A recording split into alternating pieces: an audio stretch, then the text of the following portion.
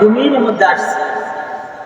তাহলে আমরা যাদের মাধ্যমে অস্তিত্ব লাভ করতে পারলাম তাদের খেদমত করার দরকার আছে না আমাদের? কথা বলার কেন দরকার আছে না আমাদের? এখানে আমরা যারা আছি তার মা বাবা আছে,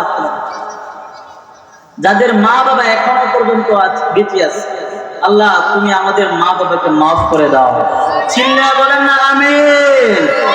যার মা বাবা এখনো জীবিত আছে আমরা মা বাবার খেদমত করবো তো ইনশাআল্লাহ। আমি সূরা বনী ইসরাঈলের 2টা আয়াত কারিমা তেলাওয়াত করলাম। এই আয়াতের মধ্যেই আল্লাহ তাআলা সন্তানের প্রতি মা বাবার কিছু কর্তব্য রয়েছে, হক রয়েছে।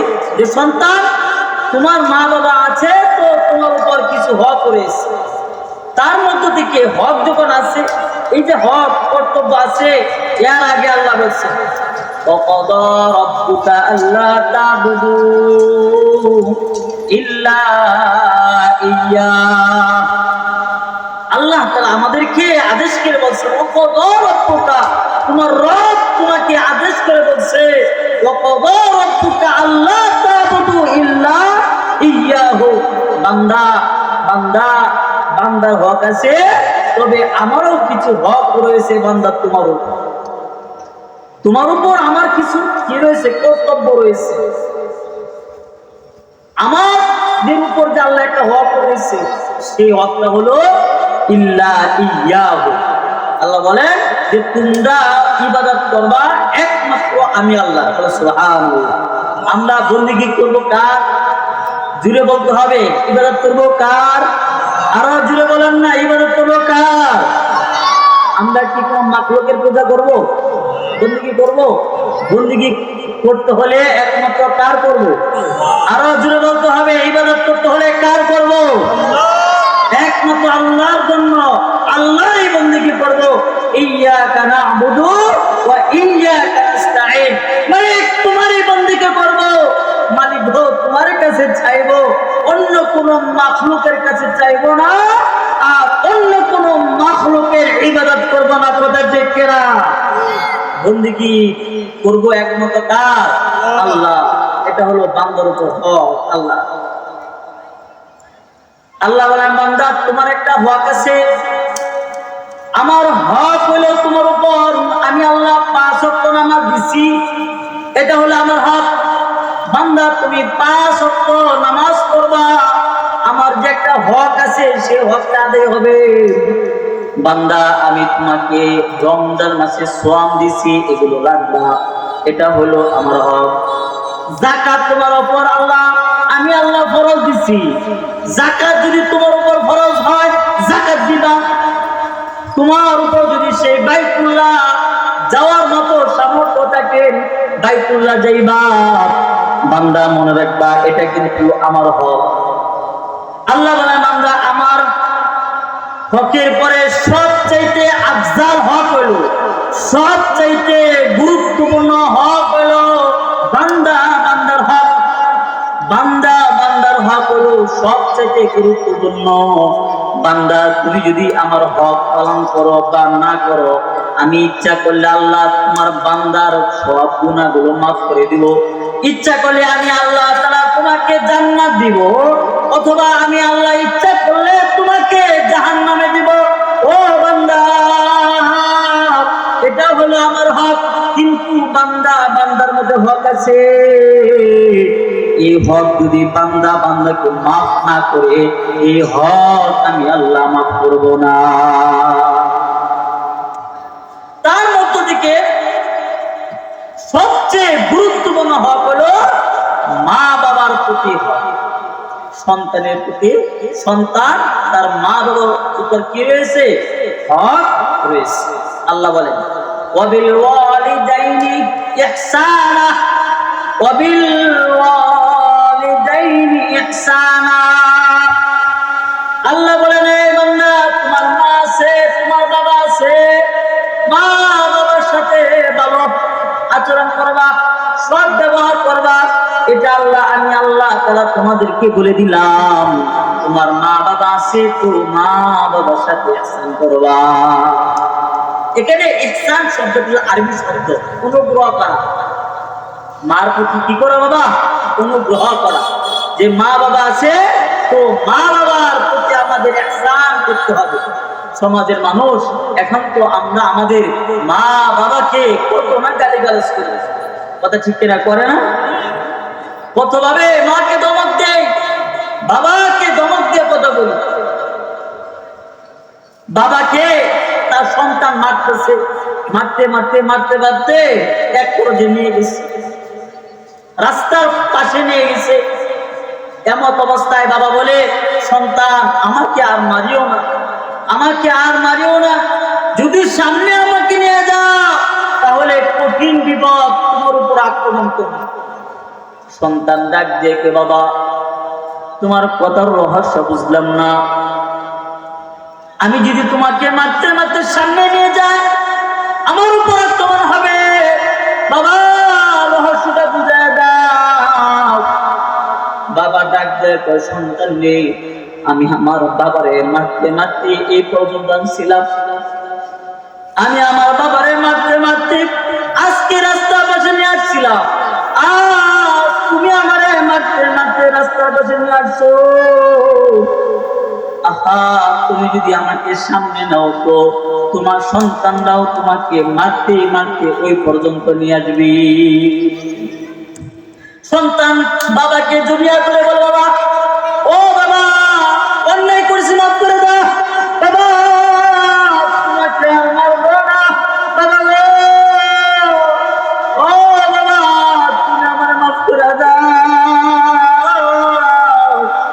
তুমি আমার মাফ করে দাও, আমি আর তোমারে মারবো না, কারণ আমি যদি তোমারে মারি তো আমার সন্তানরাও আমারে মারবে। সম্মানিত বাবার, আমার মা বাবা যার আছে, মা বাবার সাথে কোনদিন খারাপ আচরণ করবো না, সর্বদাই মা বাবার সাথে ভালো আচরণ করব, কারণ এটা আল্লাহ তাআলা শিখিয়ে দিয়েছেন, ওয়াবিল ওয়ালিদাইনি ইহসানা। সন্তান তোমার মা বাবা বেঁচে আছে তো মা বাবার অন্তর দ্বারা খেদমত করবা, সাবধান তোমার মা বাবার দ্বারা যাতে তোমার কাছে ধৈর্য না আসে।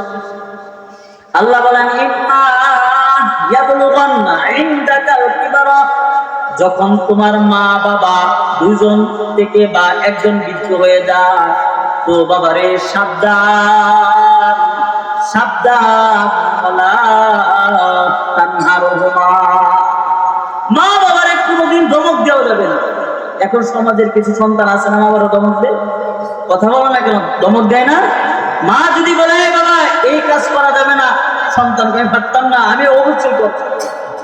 বাবা যদি বলে, বাবা রে রোদ্রের তাপ তো অনেক বেশি, আয়ও যায় না খেত, একদিনে মরিল, এবারে সন্তানকে কয় পারতাম না, তোমার তুমি জ্ঞান, কথা ঠিক কিনা? এরকম কয় না? বাবা আম্মা আমাদের উপর আল্লাহ তাআলা কিছু কর্তব্য দিয়েছেন, সন্তান তোমার উপর আল্লাহ তাআলা কিছু কর্তব্য দিয়েছেন, ভাগ করেছে। যার মা বাবা বেঁচে আছে তোমরা মা বাবার কি করতে হবে? খেদমত করতে হবে। আল্লাহ বলেন, ওয়ালা তানহারহুমা, মা বাবাকে কোনদিন ধমক দিয়ে কথা বলা যাবে না। ওয়ালা উফিউ ওয়ালা তানহারহুমা, মা বাবার কাছ থেকে উফ একটা শব্দ যাতে না বের হয়। এখন তো আমরা আমাদের মা বাবার কাছ থেকে কত ধরনের গালি গালাজ শুনতেছি। সন্তান যখন উল্টা পাল্টা করে মারা, বাবারা গালি গালাজ করে যে তুই এই যে ডিকিট করে মরগা, এরকম বলে না বাবা, তোর মতো সন্তান আমার দরকার নেই। এর মুহতারাম, এই যে মা বাবার কাছ থেকে কখনো বদদুয়া নেওয়া যাবে না। ওয়ালা উফি ওয়ালা তানহারহুমা, মা বাবা যাতে আমাদের জবান দ্বারা, মা বাবার জবান দ্বারা আমাদের দ্বারা যাতে কোনো উফ শব্দ না, ওয়ালা তানহারহুমা, ধমক দেবে না। যেই জায়গার মধ্যে আল্লাহ বলছেন উফ উফ শব্দ যাতে না বের হয়, ওই জায়গা তো ধমক দেওয়া তো দূরের কথা, ধমক শব্দ দেওয়া যাবে না। ওয়াকুল্লাহুমা কাওলান কারীমা, আল্লাহ বলেন বান্দা তুমি তোমার মা বাবার সাথে সর্ব অবস্থায় স্মরণ কথা বলবা, ওয়াকুল্লাহুমা কাওলান কারীমা, যখন কথা বলবা তো আস্তে আস্তে কথা বলবা, সম্মানের সহিত কথা বলবা। সাবধান, মা বাবার সাথে উঁচু আওয়াজে কথা বলা যাবে না। মা বাবার সাথে উচ্চ আওয়াজে কথা বলা যাবে না। আমাদের মা বাবা যাদের আছে, সাবধান, মা বাবার সাথে কোনোদিন বেয়াদবি করা যাবে না। কি বলেন, করা যাবে নি? মা বাবার সাথে কোনোদিন বেয়াদবি করা যাবে না। যেই মা না খায় আমার একটা হয়েছে, যেই মা সারা রাত জাগ্রত থেকে আমার জন্য অপেক্ষা করছে, আর সেই মাকে আমরা প্রমোদ দেবো, সেই মাকে আমরা গালি দেই, বাবা তোমার চাকরির মধ্যে বরকত পাবা না যদি মার বদদুয়া তোমার ভিতরে থাকে। মার যদি বদদুয়া তোমার ভিতরে থাকে, তুমি কোনোভাবে কোনো কাজের মধ্যে সফলতা অর্জন করতে পারবে কোনোভাবে নাই। অনেকে বলে, হুজুর আমার ঘরের মধ্যে শান্তি নেই, ঘরের মধ্যে শান্তি নাই। কেমন তো বাবা, তোমার কাছে মা বাবার দোয়া নাই, মা বাবার বদদুয়া আছে তোমার কাছে। চাকরি করতে যাবা, চাকরির মধ্যে কোনো সফলতা অর্জন করতে পারবে না, কারণ তোমার মা বাবার বদদুয়া এনে লেগেছে। মা বাবার বদদুয়া যদি আমাদের কাছে থাকে, আমি যেই জায়গায় যাই না কেন সফলতা কখনো অর্জন করতে পারবো না, সফলতা কখনো অর্জন করতে পারবো না। সেজন্য মা বাবার খেদমত করবো তো ইনশাআল্লাহ বাবা। আমরা কি বলেন, মা বাবার কাছ থেকে দোয়া নিব তো ইনশাআল্লাহ বাবা। একটা ছোট্ট মিসাল দিচ্ছি, যে মা বাবা যদি সন্তানের প্রতি দোয়া করে, এই দোয়াটা কিন্তু সরাসরি কবুল হয়ে যাবে। আল্লাহ হাবিব বলেন, 3 ব্যক্তির দোয়া আল্লাহ তাআলা পর্দা ছাড়া সরাসরি কবুল করে নেয়। এক ব্যক্তির দোয়া হলো দাওয়াতুল মাজলুম, মাজলুমের দোয়া। মাজলুম যখন দোয়া করে আল্লাহ দরবারে, আল্লাহ কিন্তু ফিরিয়ে দেয়। আর এক ব্যক্তির নাম দোয়া হইল দাওয়াতুল ওয়ালিদি, যে মা বাবা যখন সন্তানের জন্য দোয়া করে, এই সন্তানের জন্য আল্লাহ, মা বাবা যখন দোয়া করবে, এই দোয়া কিন্তু আল্লাহ কখনো ফিরিয়ে দেবে না, কখনো আল্লাহ ফিরিয়ে দেবে না। আরেকটা হলো দাওয়াতুল মুসাফির, মুসাফিরের দোয়া আল্লাহ তাআলা সরাসরি কবুল করে। তার মধ্যে এক নম্বর হলো মা বাবার দোয়া। মা বাবা যদি দোয়া করে, এই দোয়াটা আল্লাহ তাআলা সরাসরি কবুল করে নেয়, সরাসরি কবুল করে নেয়। সেজন্য মা বাবার কাছ থেকে কোনো বদদুয়া নিব না। তো একদিন পয়গম্বর মুসা আলাইহিস সালাতু ওয়াস সালাম আল্লাহকে বলতেছেন, আল্লাহ জান্নাতে যে আমার বন্ধু হবে, তার সাথে যদি আমার একটু পরিচয় মিলাই দিতা, তার আমি তো দেখতাম। আল্লাহ তাআলা বলবেন, এই পয়গম্বর মুসা, অমুক বাজারে যাইবা, দেখবা অমুক এক আকৃতি অনুযায়ী এক লোক বসা আছে, যে গুরু কাটতেছে, কষায় আছে না ভাই, কষায় আছে না আমাদের সমাজে, কষায় আছে, কষায় গুরু কাটতেছে, ও হবে তোমার জান্নাতি বন্ধু হবে। সুবহানাল্লাহ। পয়গম্বর আল্লাহ তাআলা হুকুম অনুযায়ী তিনি বাজারে গেছেন, যে কি আমল করে তার আমলটা আমি দেখবো, যে আমলের বিনিময়ে বান্দা আমার সাথে জান্নাতি হবে, ওই বান্দাকে আমি দেখতাম চাই, ওই বান্দা কি আমল করে। বান্দা পয়গম্বর বাজারে গেছে, বাজারে যাওয়ার পরে তাকায় দেখে ছোট্ট একটা ব্যাগের ভিতরে বস্তুগুলো জমা করতেছে। আর বস্তুগুলো যখন জমা করিয়া বাড়ি থেকে রওনা হলো, পয়গম্বর আলাইহিস সালাম ওই যুবককে ডাকলেন, যুবক রে, তোমার বাড়িতে কি আমাকে এক বেলার মেহমানদারি করাবা, মেহমানদারি করাবা এক বেলার? যুবক ডাক দিয়ে কয় যে আমার খুশনসিব আমার, অবশ্যই আমি আমার বাড়িতে তোমাকে এক বেলার মেহমানদারি করাবো, অবশ্যই আমি আমার বাড়িতে তোমাকে একবেলা মেহমানদারি করাবো। কারণ মানুষে কয় যে গরিবের উপর যদি, গরিবের বাড়িতে যদি ধনী লোক আসে, তো গরিব মনে করে যে আমার বাড়ির মাঝে হাতের পাড়া বসছে। ওটা ঠিক কিনা, জুড়ে বলেন না? এরকম কয় না যে ধনী আসছে তো আমার বাড়িতে আত্মীয় পাড়া বসছে, অর্থাৎ আমার বাড়িতে একজন ভালো লোক আসছে, আমি যার নাম দিয়া ওই বান্দারে মেহমানদারি করাবো। কত আশা লাগে। আর যখন কোন গরিব মানুষ, গরিব যখন ধনী বাড়িতে যায়, তখন ধনীরা কি কর, যে আমার উপর একটা মাতার বোঝা চাচ্ছে, কথা ঠিক কিনা? এরকম বলে না? আবার সবাই যেরকম করে তেমন না, কিছু কিছু। তো যুবক ডাক দিয়ে কয়, অবশ্যই আমি তোমাকে আমার বাড়ির এক বেলার মেহমানদারি করাবো। যুবককে নিয়ে গেছে বাড়িতে নিয়ে যাওয়ার পরে সেই পয়গম্বর তিনি পাশে বসছেন। এমত অবস্থায় তাকায় দেখে ওই কষায় সে বাড়িতে যাওয়ার পরে তার ছোট্ট একটা ঝুড়ি থেকে একটা বৃদ্ধ মহিলাকে আনছে। বৃদ্ধ মহিলাকে এনে কুলে বসায়া বস্তুগুলো চিবিয়া ওই বৃদ্ধর মহিলা ছুটে মারি দিতেছে।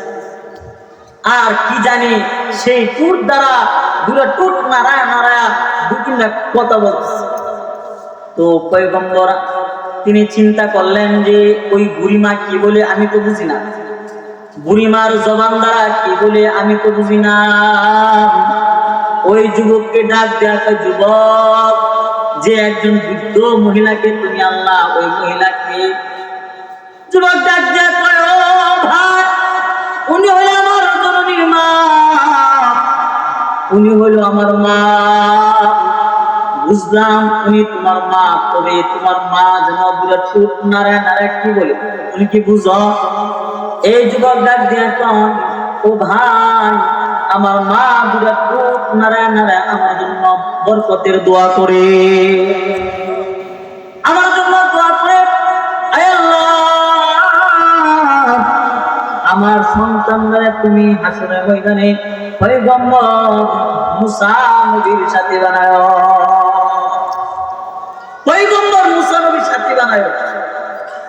পয়গম্বর তিনি ওই যুবককে ডাক দেয়া কয়, ও যুবক, তোমার মা যা দোয়া করছে তো আল্লাহ তাআলা দোয়া কবুল করে নিয়েছে। আমি হইলাম সেই পয়গম্বর মুসা, সুবহানাল্লাহ, আমি হইলাম সেই পয়গম্বর মুসা, যিনি তুমি আমার সাথে কাল হাসরের ময়দানে জান্নাতি বন্ধু হইবা। মেরে মুহতারাম, মা দোয়া করছে তো আল্লাহ তাআলা দোয়া কবুল করে নিয়েছে। আর এমন আছে, মা যদি বদ দোয়া করে, এটাও আল্লাহ তাআলা কি করে নেয়, কবুল করে নেয়। মা